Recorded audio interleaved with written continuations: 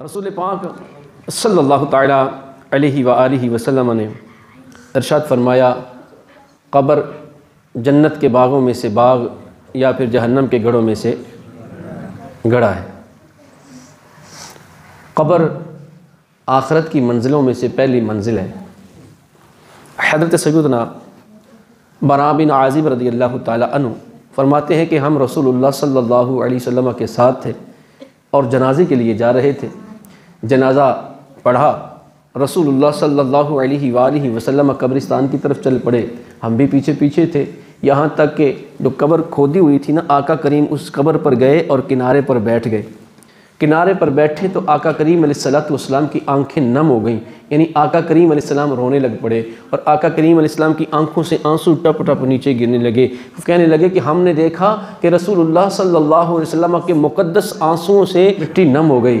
रसूलुल्लाह सल्लल्लाहु अलैहि वसल्लम रोए जा रहे हैं और इरशाद फरमा रहे हैं, ऐ मेरे सहाबा इसकी तैयारी करो, यानी इस कब्र की तैयारी करो कि हर एक ने इस कब्र में उतरना है। अल्लाह अकबर। और फिर सहाबा किराम अलैहिमुर्रिदवान भी आका करीम अलैहिस्सलाम की सुन्नत को अदा किया करते थे। आका करीम कब्रिस्तान जाया करते थे और वहाँ बैठ के रोया करते थे। सैयदना उस्मान गनी रज़ियल्लाहु ताला अन्हु से मतलब कि एक बात मिलती है कि हज़रत हानी रज़ियल्लाहु ताला अन्हु रिवायत करते हैं कि सैयदना उस्मान बिन अफ़्फ़ान ज़ुन्नुरैन रज़ियल्लाहु ताला अन्हु, आप जब कब्र को देखते ना, कब्र के पास से गुजरते, कब्र के ऊपर खड़े होते तो आप इस कदर रोते कि आपकी दाढ़ी मुबारक आंसुओं से तर हो जाती।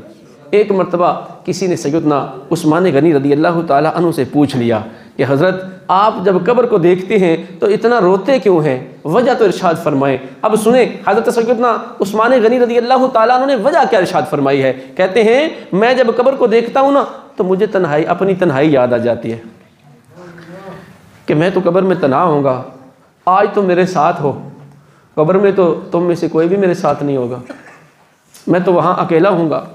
बस ये चीज़ मुझे उरुला जाती है। और फरमाया, जिसके लिए उसकी दुनिया कैद खाना होता है, यानी दुनिया के अंदर मुश्किलें, परेशानियाँ, कभी गुर्बत, कभी फाका, कभी ये टेंशन, कभी वो टेंशन, वो बंदा बड़ा परेशान रहता है। फरमाया, जिसकी दुनिया उसके लिए कैद खाना है, उसके लिए उसकी कब्र जन्नत है।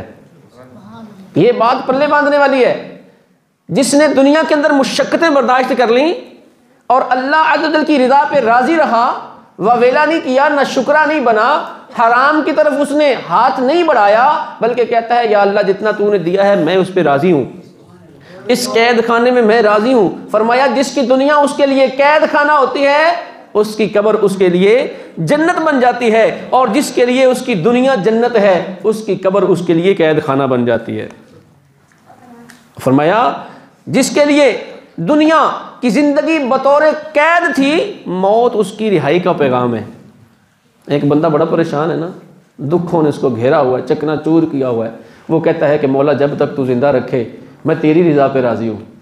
दुख आए सुख आए, गर्मी आए सर्दी आए, बीमारी आए आजमाइश आए, मौला जब तक तू जिंदा रखे। ये नहीं कि अपने आप को ख़त्म कर दे, ना, ये तो नाशुक्री है ना, ये तो अल्लाह ताला की रहमत से ना उम्मीदी है ना, ये तो अल्लाह ताला की नाराज़गी मुँह लेना है ना। कहे, या अल्लाह मैं तेरी रिज़ा पे राज़ी हूँ जब तक तू जिंदा रखे, और फिर इसी हालत में मर जाता है तो ऐसा है गोया कि वो कैद से रिहाई पाकर आज आज़ाद हो गया है।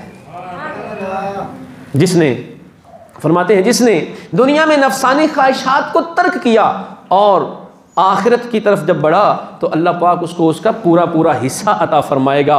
बेहतर शख्स वो है, ये बात काबिल तवज्जो है हम सब के लिए। फरमाया, बेहतर शख्स वो है जो कि इससे पहले कि दुनिया उसे छोड़ दे, वो खुद दुनिया को छोड़ दे।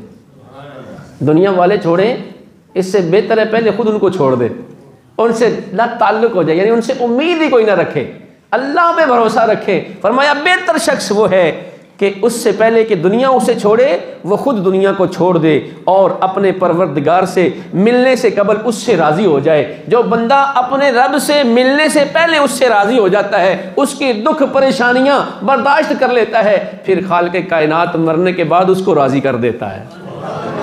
तवज्जो करें मैंने क्या बात कही है। जो बंदा दुनिया में अपने रब से राज़ी हो गया, मौला मैं राज़ी हूँ, जब वो मरेगा ना तो अल्लाह ताला फरमाएगा, ए बंदे दुनिया में तू राज़ी था मेरी रिज़ा पर, हाँ जी मैं तो हो गया हूँ राज़ी, अब तू मांग क्या मांगता है, मैं आज तुझको यहाँ राज़ी करूँगा। अल्लाह बंदे रब को यहाँ पे राज़ी कर ले, अल्लाह तुझे कब्र में और हशर में राज़ी कर देगा। यही तो बंदा मोमिन की मेराज है, यही तो बंदा मोमिन की कामयाबी है। अल्लाह अकबर। हज़रत उस्मान गनी रज़ी अल्लाह ताला अन्हु फरमाते हैं, हर शख्स की कब्र का मामला उसकी दुनियावी ज़िंदगी के मुताबिक है। हर शख्स का मामला उसकी दुनियावी ज़िंदगी के मुताबिक है। अगर उसने नेकियों भरी ज़िंदगी गुजारी तो कब्र में उसको राहतें मिलेंगी, और अगर वो नाफरमानियों में पड़ा रहा, बदियों में पड़ा रहा, हाँ जी, न डर रहा कि कुछ नहीं होता, देखी जाएगी, हाँ जी, और फ़लाँ बंदा नमाज़ें पढ़ गया तो वो क्या कर गया, मैं नहीं पढ़ता तो क्या हो जाएगा, नहीं नहीं नहीं, ये बदी है, अल्लाह की नाफरमानी बदी है। जो बंदा बदियों में ज़िंदगी गुजार के जाएगा, कब्र उसके लिए हलाकत बन जाएगी, हलाकत का मकाम बन जाएगा। रसूल पाक सल्लल्लाहु अलैहि वसल्लम की हदीस पाक आपको सुनाई ना, आका करीम फरमाया कि ये कब्र जो है या जन्नत के बागों से बाग है या जहन्नम के गढ़ों में से गढ़ा है। इस पर तुम्हें यकीन रखना है कि नहीं रखना?